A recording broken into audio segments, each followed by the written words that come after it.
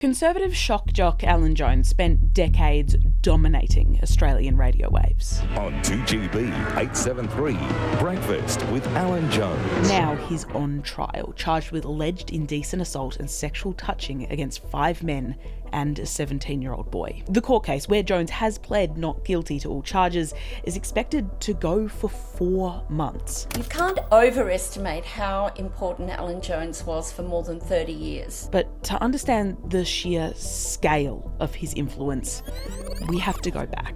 Jones was born in the small Queensland town of Oakey in either 1943 or 1941, depending on who you ask. He started off as a school teacher, but he very quickly tried his hand at politics. He tried to run several times for New South Wales state politics and federal politics, but he failed every time. He spent some time as a speechwriter for Liberal Prime Minister Malcolm Fraser. So his politics were always of the right. Then coaching the Wallabies, the Australian national rugby union team. Very successfully for several years in the early 80s. Australia has won the Bledisloe Cup for only the 5th time in its history. It's hard to say anything sensible. We're very excited. But ultimately, radio was his true calling, hitting the ground running at 2UE in 1985. Alan Jones on Sydney's 2UE. The power of the talkback radio hosts, the so-called shock jocks, has really diminished in recent years. But, through the early 2000s, they were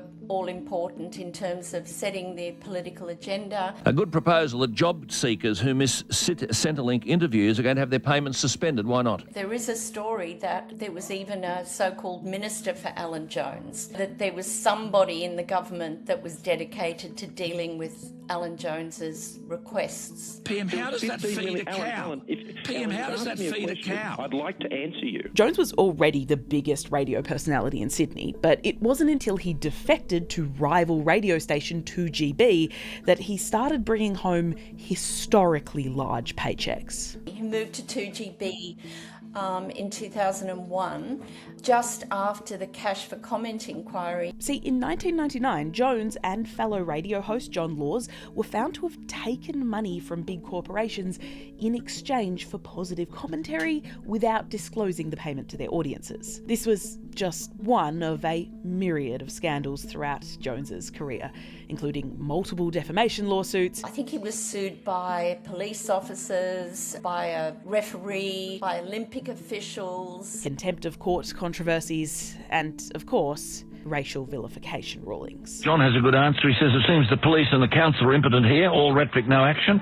My suggestion is to invite one of the biker gangs to be present in numbers at Cronulla railway station when these Lebanese thugs arrive. In the lead up to the 2005 Cronulla race riots, Jones read out several texts from listeners on air, including one that described Lebanese men as vermin. And he also agreed with some callers who rang up who were suggesting vigilante violence. My grandfather was an old digger and he used to say to men while growing up, listen, shoot one, the rest will run. Right?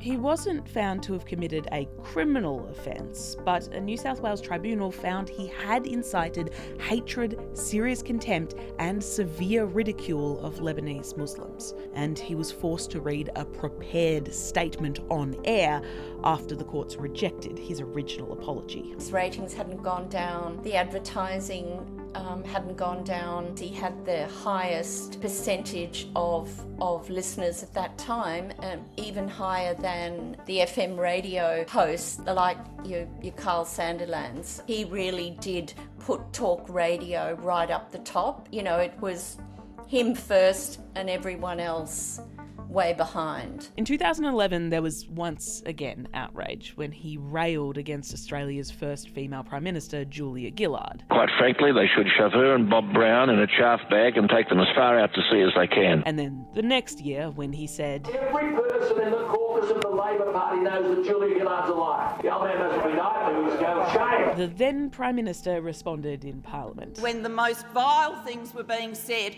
about my family, raised no voice of objection. No one walked out of the room.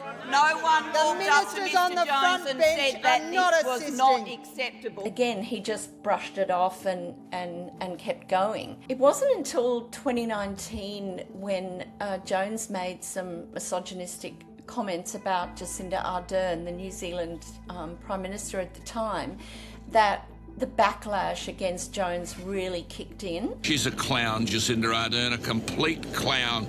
I just wonder whether Scott Morrison's going to be fully briefed to shove a sock down the throat. There was a grassroots campaign to lobby advertisers to stop them supporting his program. The radio station started to lose revenue.